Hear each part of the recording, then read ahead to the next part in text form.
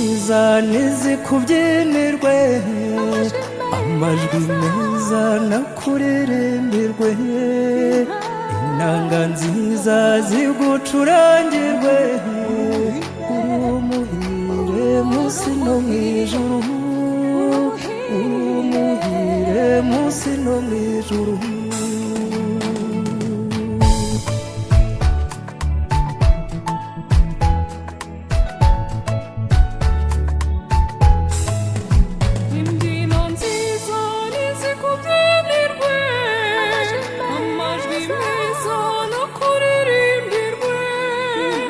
Inanga nziza zigucurangirwe, uri umuhire munsi no mwijuru, uri umuhire munsi no mwijuru.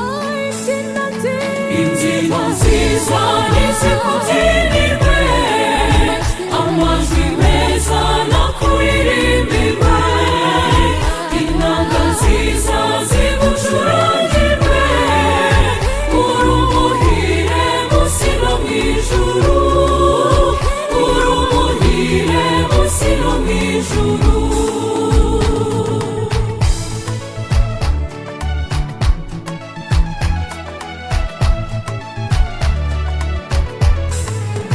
Biremwa mutu isuko mungana, nimuririmbire Bikira Mariya, umubyeyi utibagirwa abakene, niwe uduhatirwa amanywa nijoro, niwe uduhatirwa amanywa nijoro. Imbyino nziza nizikubyinirwe, amajwi meza nakuririmbirwe, inanga nziza zigucurangirwe, uri umuhire munsi no mwijuru, uri umuhire munsi no mwijuru.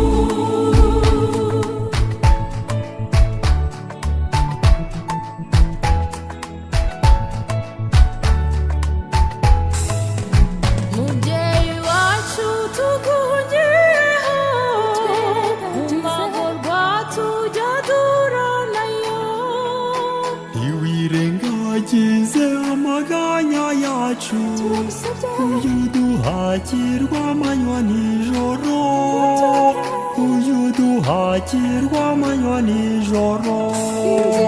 Imbyino nziza nizikubyinirwe, amajwi meza nakuririmbirwe, inanga nziza zigucurangirwe, uri umuhire munsi no mwijuru, uri umuhire munsi no mwijuru.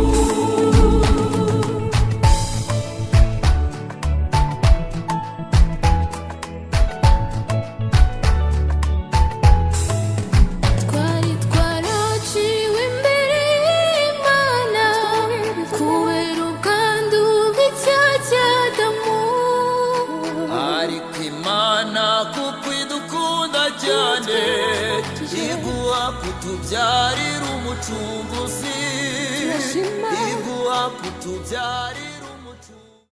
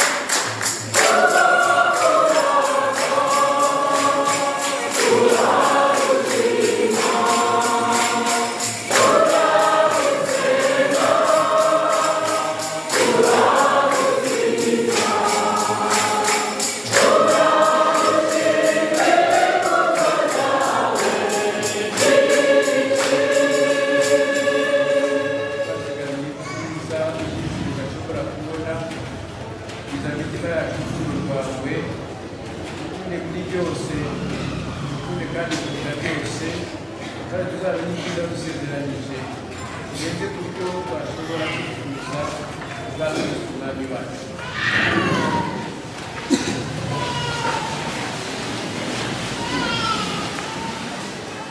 Igihe cy'itorwa rya Yeruzalemu, abatware bari bashyize Yeremiya mu buroko babwira umwami Sedekiya bati, uyu muntu akwiye kwicwa kuko iyo avuga amagambo ameze atya, mu by'ukuri abaca intege abantu bose n'ingabo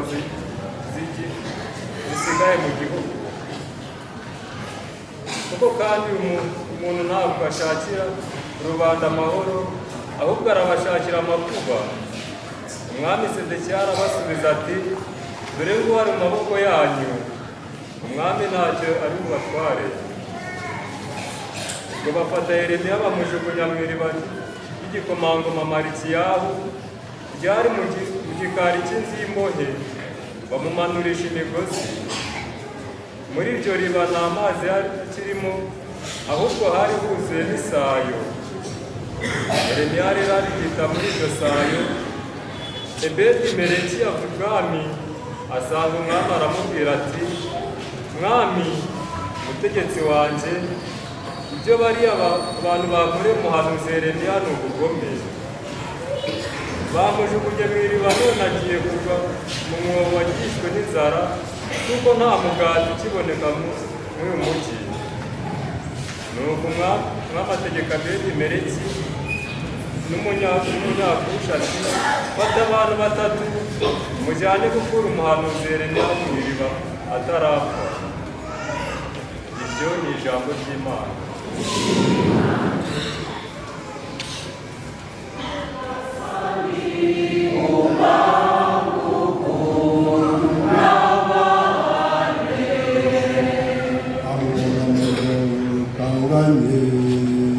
Ansayura munza gwendende amaguhani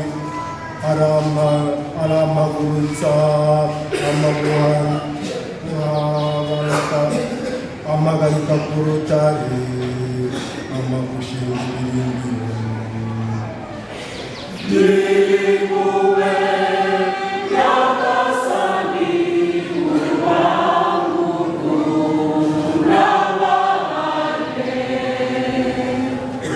mwaye guhanika indirimbo nshya ndirimbira Imana yacu ibisingizo bikwiye, benshi bazambona bagiye igitinyiro, maze bakurize kuririmba Uhoraho. Impuhwe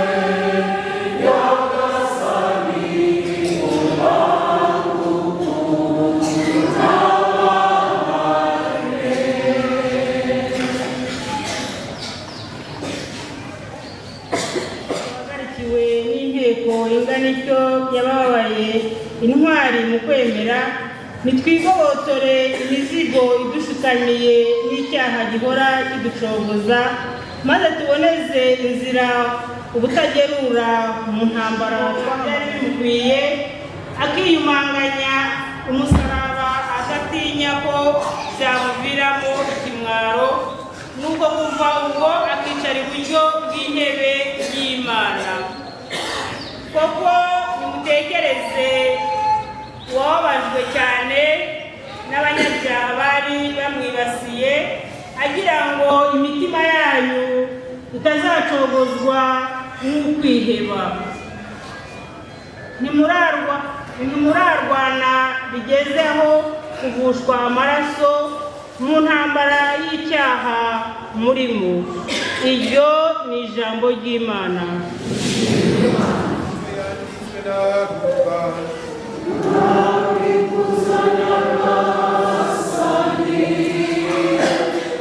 Muri icyo gihe Yesu abwira abigishwa bati, nazanye no gukongesha umuriro ku isi, mbega ukuntu nifuza ko wagurubana. Hari batisimu mugomba guhabwa, mbega ukuntu umutima wanjye uhagaze kugeza igihe nzayihererwa. Aho nimwibwira ko ahubwo naje kubateranya. kuko urugo rw'abantu batanu bizamo ibice, batatu barwanye babiri nabo barwanye batatu. Bazashamirana umugabo n'umuhungu we, umuhungu na se, umugore n'umukobwa we, umukobwa na nyina, nyirabukwe n'umukazana we, umukazana na nyirabukwe.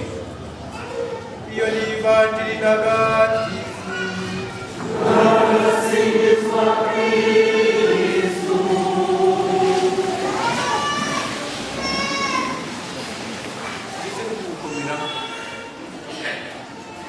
Kugira ngo rero ubashe kugira ukuri bisaba kuba intwari. Intwari rero turazibona muri isomo ryacu rya mbere, tukubonamo Yeremiya avuye ukuri kandi akemera kugupfira azira ubusa. Turabona nura muvandimwe w'umunyaturukiya rero nawe warebye ukuri Yeremiya yari arimo, nawe amutabariza umwami aramukiza. Muri iki gihe rero cyacu ni gakeya abantu bashobora kugendera ku kuri kuko ushobora no kugushyira. Tuberaho rero nk'abaruma bahura. Bavandimwe rero tukagira tutiteranye.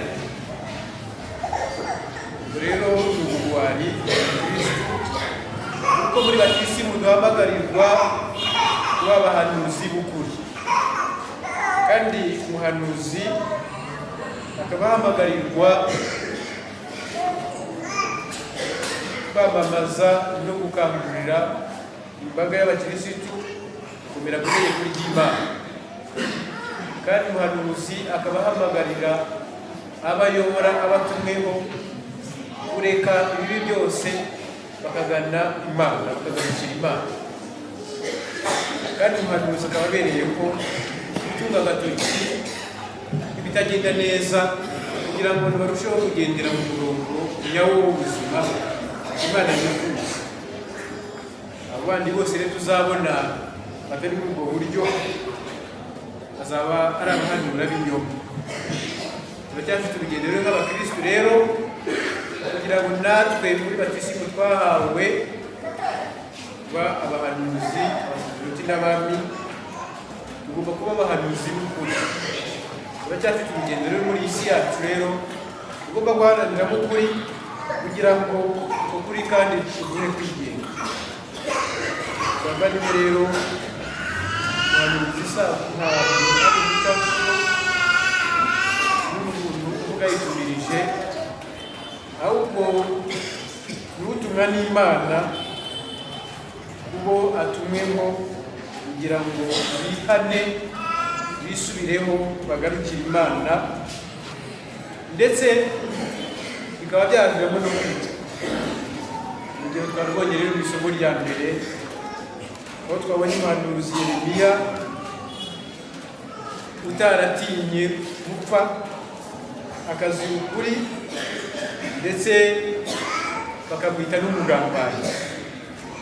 Bavandimwe, ese muri ubu buzima bwa Yeremiya, muri ubu buzima natwe tubamo bwa buri munsi, yadutinyuka kuvugisha ukuri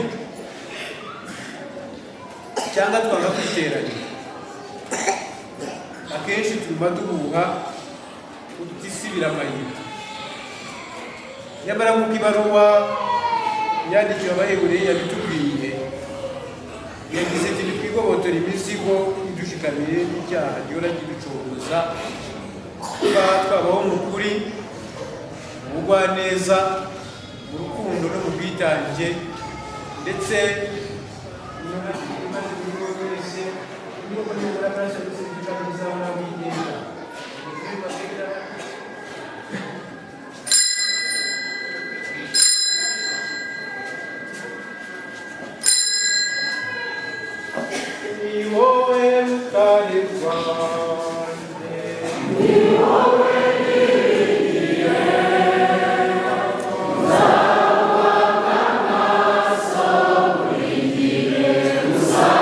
Amen.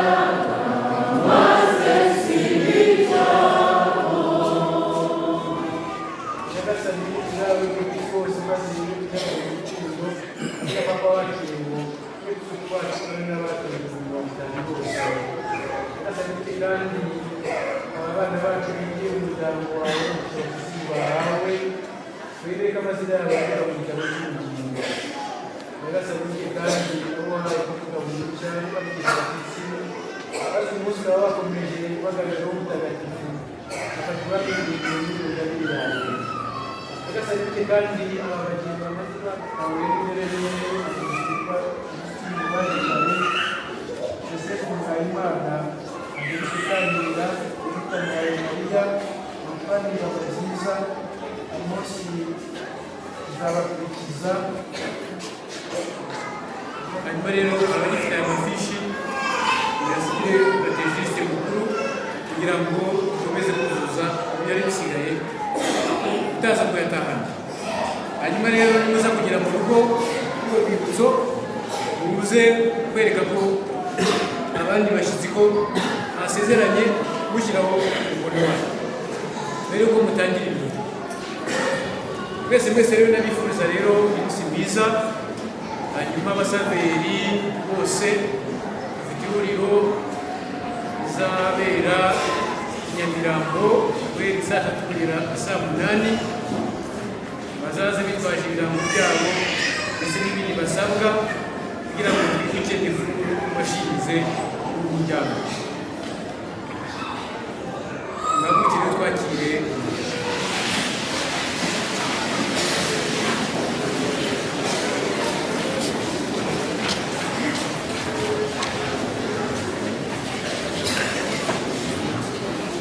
Nyagasani Yesu n'abandi namwe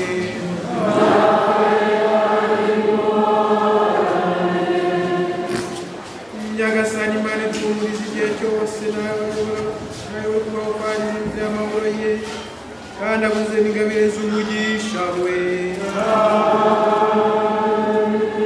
n'abakizi batera impagarara cyose maze akomeza imitima yanyu mu rukundo rwe